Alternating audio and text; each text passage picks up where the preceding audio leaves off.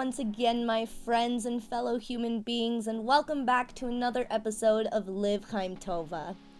In this episode, I'm hiking the upper Deschutes River.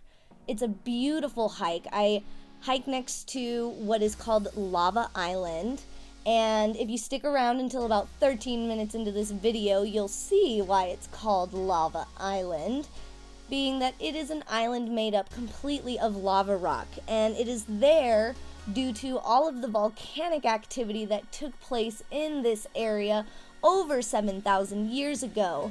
We're super close here to the Newberry Volcanic Monument, and up there they have a lot of information about all the volcanic activity that happened in the area of Central Oregon thousands and thousands of years ago, which led to the beautiful landscape that you see before you in this video. I love it. I love it so much, and it also terrifies me. I will say volcanoes are one of my biggest fears. They're in fact the only natural disaster that I am truly terrified of. The thought of a tornado doesn't terrify me. The thought of tsunamis don't even terrify me, and I've seen that movie, The Impossible, which can be pretty terrifying, but still does not compare to how I react when I read or see anything having to do with a volcano or volcanic eruptions or volcanic activity. It's scary. I think it comes from me watching Dante's Peak at too young of an age. Anyway, so you will be enjoying some beautiful views on this hike, and I will also be talking your ear off a little bit about waste-to-energy plants. I'll try not to talk your ear off too much, but waste-to-energy plants are my latest obsession because I just don't understand why there aren't more of them. I really don't. So in the United States, well, actually, let's back up a second. What is an waste-to-energy plant? Let me tell you. Waste-to-energy plant is a plant that essentially burns garbage or solid industrial and residential waste and turns it into energy, like electricity and heat. It's very, very cool. Basically, it's another form of recycling. So we already are at a great point in history where recycling is a big deal, at least here in Oregon. It's a big deal, and we are making breakthroughs in it. Just Marion County alone, which is the capital county of Oregon, it's where Salem, Oregon is located, only 13% of their waste goes to landfills. All right, 50% of it is recycled, and 36% of it is sent to a waste-to-energy plant.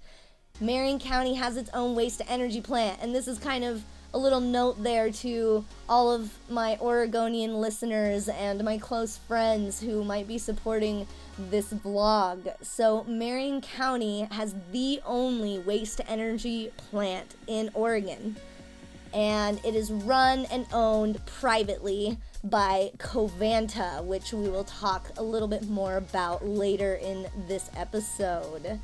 So, waste-to-energy plants. You burn garbage to get energy, right? So, basically what they do is they superheat this garbage, they burn it, and that creates steam, which then turns a turbine to produce energy. So it's like any other energy plant in that its basic process spins a turbine, which then produces the energy that we need. So the way that they heat or burn this trash is using a silicon-controlled rectifier, which I looked up what that means, and essentially this is a superconductor. It creates a really, really, really high temperature using a low amount of energy. And the temperature is so extreme that it destroys most of the toxic chemicals that are in that trash that is being burnt, right? And so it's not just destroying like the carcinogens and toxins that would go into our air were it not going through like a filtering process, but it also destroys a lot of those chemicals and gases that the trash would be emitting anyway in a landfill. So we're cutting back on some of our air pollutants here with waste to energy plants. The heating process of the trash is taking care of that for us. We're already like a step ahead here than landfills with this thing, because we're already solving one of our problems, which is air pollutants. All right, nitrogen oxide, dioxins, all those things get destroyed with this silicon-controlled rectifying heat system. There are 75 waste-to-energy plants in the U.S. total. Some of them are privately owned, some of them are publicly operated. What I did get from most of my resources is that for the majority of these waste-to-energy plants, they are run, if not owned and operated by, they're mostly run by this company called Covanta. Covanta seems like a pretty cool company, at least from what I've looked up, and don't worry, I will put some links in the bio of this video. But so far, they have waste to energy plants all over the country, most of them being on the East Coast and like Florida. Florida is where they have the ones that service the most people. So in Pinellas County, which is St. Petersburg, Florida, they have a waste-to-energy plant there that's run by Covanta that serves 1 million people's waste needs as well as energy needs. In Miami, the Miami-Dade County waste-to-energy plant, which is publicly owned but run by Covanta, they help over 2 million people with their waste and energy needs. And in Westbury, New York, Covanta also operates a waste-to-energy plant there that also meets the needs of 1 million people. So that right there is 4 million people that get their energy from garbage, which we produce so much of on a daily basis. And in my journey of trying to be more eco-conscious, I have really been paying attention to my waste output. I would say that's kind of been one of my like step one in the path to recovery. Not recovery, but you know, on my path to being a more conserving human being. My main focus has been focusing on my waste output. I have been trying really hard to reduce my waste output. I try really hard to make sure I separate my recycling out, get the recycling into the right bins, compost. So much food waste goes into our landfills, and if we just separated the food waste from all of the other bad waste, compost, we could use garbage to grow more food. A lot of people do it actually. They use garbage to grow more food. It's crazy how much you can reuse things. I love it. So in my trying to reduce my waste and trying to see, you know, how we can use waste, that's how I stumbled upon knowing and learning about waste to energy plants. And now that I know so much about them, I can't believe that I am almost 28 years old and just barely learning about waste to energy plants. I really think that they should be bigger in our society and in our culture. Education about them should be spread. They should be more mainstream. I still can't seem to understand why they're not. I did quite a bit of research, and the gist of what I'm getting is that it doesn't turn a big enough profit. And I don't even want to get on that soapbox right now. It doesn't turn a big enough profit. Oh my goodness. So never mind the fact that it's a renewable source of energy, because it is. You know, we're always going to have garbage. People are always going to keep consuming, and when they're done with something, they throw it in the trash. That's just how it is. If it's not food that you are ingesting and it's going into your body, you're throwing it in the garbage at some point, or donating it. And eventually, if it gets donated and then bought from one of those donation stores or donated to someone who needed it at the time, guess what? It still will all circle back around and end up in the trash. And we just have mountains of trash. Literally mountains, you know, like landfills eventually someday, thousands and thousands of years into the future, are just gonna be parts of mountains. We have mountains of garbage that we're just letting pile up around our beautiful, beautiful planet, when we could be using that garbage for something that we need anyway. We need energy, we need electricity, we need heat. These are things that modern human beings need to survive, in my opinion, okay? I mean, sure, there are some survivalists among us out there that could probably do well without the modern amenities that we have, but your typical modern human being needs electricity to survive. And so, why not take our trash and turn it into something that we need? It's just like my main question for this episode. Why don't we have more waste to energy plants? Well, hopefully me giving you more information about them will really make you look into them. And, you know, if you're the type of person out there and you're listening to this and you have the means of implementing more waste to energy plants in your county or city or wherever you might be that you have a little bit of control over, I hope this inspires you. In the video right now, actually, we are coming up to my favorite aspect of this hike.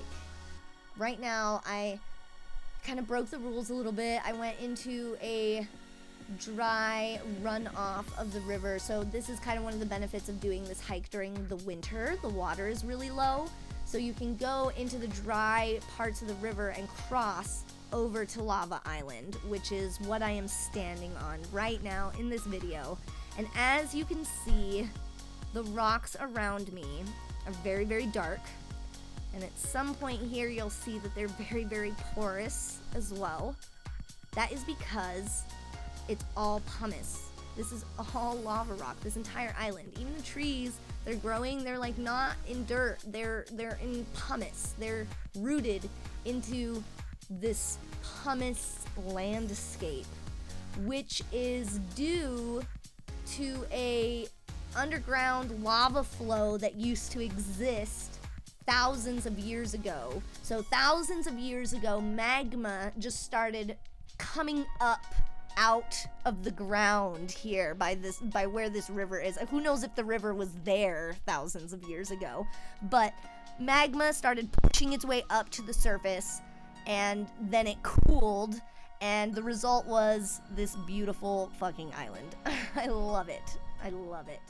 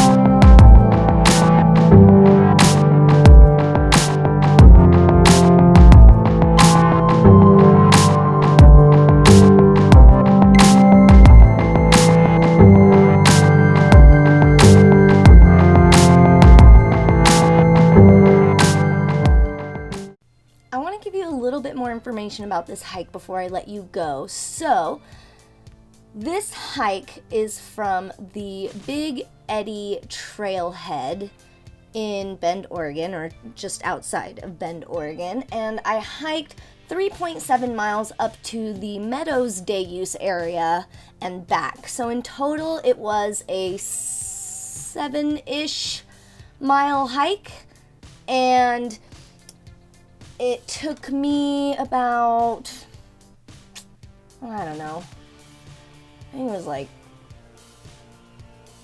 2 hours, maybe 3, because I stopped a couple of times to let some people walk by me and stuff, which brings me up to my other point. This is a pretty heavily trafficked area. There's a lot of fishing in the area. There is one of the biggest off-leash dog parks I've ever seen in my life in nearby this area. And a lot of little day use areas and boat ramps for people who kayak or paddle. So it's pretty heavily trafficked. Of course, I had my mask with me. Most people on this trail actually had masks, which was a little bit different from the Tumalo Falls hike, is that I definitely saw more masks on this hike.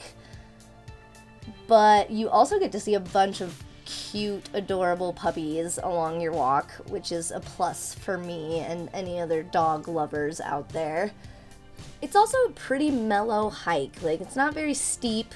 There aren't any real steep areas unless you're going to adventure the way I did down into the dry parts of the river to get to the actual lava island, which again, I don't know if that's actually allowed, so maybe that's a don't try at home kind of thing. No, but just to check it out and be respectful to the environment around you. Watch out on like what you're stepping on and stuff like that to preserve natural organisms and plants and stuff that live around there if you're going to go off trail. But I would say I would classify this as an easy hike. Not, like I said, not too many uphills, not too many downhills either.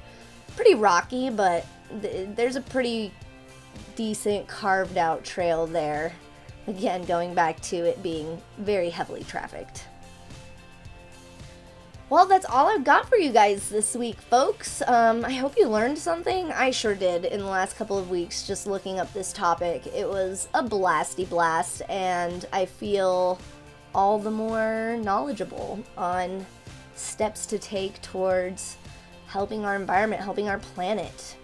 I recently was thinking about it, and if we all could be a little nicer to Earth, it might not, send killer viruses to control our population and balance itself out, because, Earth is a living organism as well, and all the living organisms on Earth are symbiotic with Earth, or at least are supposed to be. I would say we are kind of a little bit of that exclusion, at least right now, because of how unbalanced everything is. I would say we're a little bit less symbiotic with Earth right now, and for that reason, maybe that's why we're having such a bad pandemic right now, we've got a lot of technology to fight viruses and illnesses, so for there to be one out there that we can't fight is because this planet needs a little less of us on it. I don't necessarily agree with its methods, but, just think about it. Maybe if we were able to live more symbiotically, we would, and with the technologies we have now, we would be able to better combat these illnesses and stuff that come up that try and wipe us out, so that the Earth can get a little breather for a minute. Anyway, that's my thoughts on it. I recommend this hike to anyone who loves mountain air and rivers and waterfalls, although the waterfalls on this hike, I don't know if I would call them waterfalls, but we will talk about that in the next episode. Stay healthy, stay happy, stay kind. It is National Kindness Awareness Month, so please, everyone, take some extra effort to be kind this month and every day in your lives, because we all need a little bit of kindness in these trying times.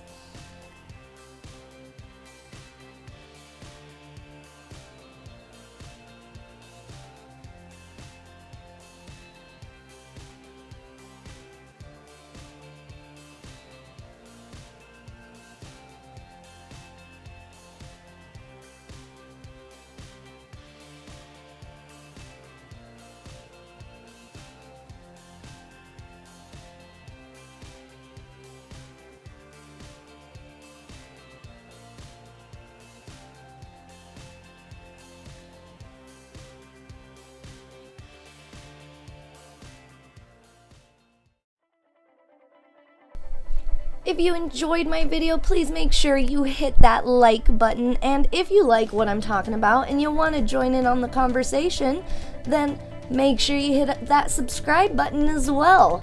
And when I say join the conversation, I really do mean it. This is a journey for me, a learning experience. With every episode, I'm learning something new. I'm looking something else up that I didn't know before that I needed to know now. So if there's something in particular that you want to hear from me or that you want to share with me, just so that I can gain a little bit more knowledge on it, then please make sure to drop a comment down as well, because that's kind of my goal with this whole thing, is to get people talking about it, get people more interested, pique people's curiosity. I want you to go and look stuff up too, isn't just like I am. It's all stuff that we should all know anyway. So thanks again, guys, for being here with me and embarking on this journey and having this conversation, and I hope that you all return for my third video, which will be the second part of this Upper Deschutes River Trail hike. Be kind, be well, be healthy. Thanks so much, guys, for your time. Really, I super appreciate it.